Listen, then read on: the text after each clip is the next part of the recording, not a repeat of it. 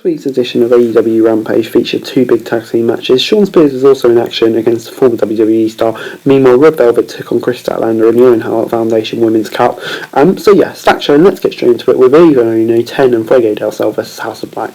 Brody and Evil started the match off for their teams. Uno took King down early on, but he was soon overpowered and forced back into his corner. King tagged in Black as he went all over Uno. Uno then scrambled and tagged out with 10 coming in. The big man's power back into the corner, but the former WWE star tried locking an ankle lock. 10 broke out of it and tagged in Fuego del Sol. Buddy Matthews then tagged in for the first time. He stomped on Fuego's head before going after his arm, delivering an arm breaker, emulating Penta's skewer. Matthews then added Penta's trademark Sierra Miedo taunt to add rub into the Sol a little bit more. Matthews then took down Evil Uno as Brody King took down Fuego on the apron. 10 rallied for his team after the commercial break, going after both Mordecai Black and Buddy Matthews. Brody King tried to come in and Dark Order member clotheslined him out of the ring. 10 then went to the lock into full Nelson, but Black broke free and caught him with a knee strike. The match finished saw Brody King taking down Fuego del Sol and 10. He then hit Fuego with a Kansai bomb and pinned him. The Death Triangle came out after the match with Penta carrying a tombstone which he has covered. The cover was removed and it read House of Black Double or Nothing. It looks like we're going to get that match at Double or Nothing. I'm not opposed to that at all, but yeah, just for this one, good little win for House of Black. No complaints there, 6 out of 10. Following the break on Rampage, Tony Schiavone was talking to FTR in the backstage segment. Harwood and Wheeler said they would defend the ROH Tag Team Championships against Roppongi Vice next week, and that'll be a great match. Before we got Shawn Spears versus Big Damo. Spears was in action ahead of his steel cage match against Wardlow. Facing Spears was Killian Dane, of course. The match ended up being surprisingly short. Damo took initiative early on, hitting Spears was big moves. Before Damo went for the Bader bomb, but missed. Spears took advantage, hitting a running knee in the C4 to pick up the victory. And yeah, gets a 6 out of 10 for me. Just simple talk to put Spears over, really. Would have kind of liked to see Big Damo get some more offense. I've been a big fan of his.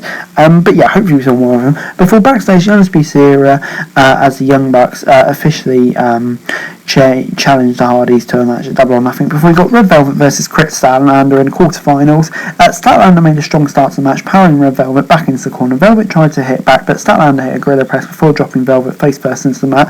Velvet then tried to fight back with a head scissors, but it was blocked again with Velvet on the floor. Statlander tried a baseball slide drop kick, but caught on the apron. Velvet took the chance to land in some shots on Statlander before getting on the apron and going for a crossbody. However, Statlander showed off her power once again as she caught Velvet and rolled her into the ring. After the break, Statlander hit a German suplex for a 2 count. Statlander then went to the follow-up with a vertical suplex for Velvet to block it and hit the final slice. Statlander was able to kick out. The final finish saw Red Velvet going to hit Statlander with a spinning kick. Statlander reversed and went for the Big Bang Theory. Velvet blocked it and rolled her up her opponent. Statlander reversed the roll-up for the 3 count and the W. And yeah, after the match, Jade Cargill and Kiera Hogan jumped Statlander.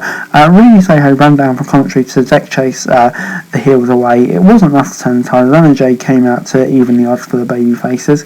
But yeah, on the whole, it gets a 6 out of 10 for me. Pretty decent match. For me, Statlander going over is probably the right result. And yeah, some backstage, some post-match stuff afterwards as well. So yeah, 6 out of 10 from me.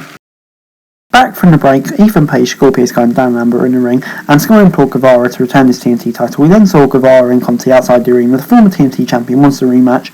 Lambert declined with the challenge as Guevara smashed the title with a sledgehammer. Guevara then appeared as he too smashed the title. I don't know what's going on with this whole TNT title stuff, but I'm not massively into it, so let's just move on. And we got Matt Sydal and Dante Martin versus Moxie and Bryan in the main event. The match started with Danielson going after Martin inside the ring, while Moxie went after Sydal at ringside. Moxie tagged in and he was all over Martin, hitting a vertical suplex. The Blackpool Combat Club members traded tags, keeping the constant pressure on young Dante. Sydal then finally tagged in, lightening Moxley out with a series of kicks. Moxley and Sydal went back and forth during the break. We then came back from the break as Dante Martin tagged in. He was all over the Blackpool Combat Club, taking both men down. Martin then headed to the top rope and hit Danielson with a crossbody as Sydal and Mox brawled at ringside. The American Dragon replied with a beautiful suplex off the top rope and locked in the label lock. Martin somehow managed to crawl over to the bottom rope, and Mox tagged back in and went for a paradigm shift, but it was blocked. The former world champ then hit a pile driver instead. Moxie then rained down elbow strikes on Martin as Danielson club side out. He then hit Martin with a paradigm shift for the victory. But yeah, overall it gets a 7 out of 10 from me. Really fun match. Love absolutely everything the Blackpool Combat Club do. This included, and post match we got some Moxley and Danielson who were being attacked by members of the Jericho Appreciation Society. Danielson was also caught at the end of a freak accident as his leg was caught between the entrance ramp and the ring as the show went off the air, which was really nasty, of course, and hopefully he's alright. But like I say, it gets 7 out of 10 overall from me. Good stuff. overall, Rampage this week gets a 6 out of 10 from me. I mean, this Rampage didn't really blow me away, to be quite honest. There were some good bits on it, really like the main event. But, on the whole, just kind of wanted a bit more from the show. The main event was great, except for that. It just kind of felt like a very mid-episode of Rampage, to be quite honest. But anyway, guys, that's it for today. Thanks very much for watching. Remember to like, share, subscribe, note, thoughts, comments down below, follow us on Instagram for daily wrestling news, and subscribe to my channel, that would be greatly appreciated. Thanks very much for watching. Peace!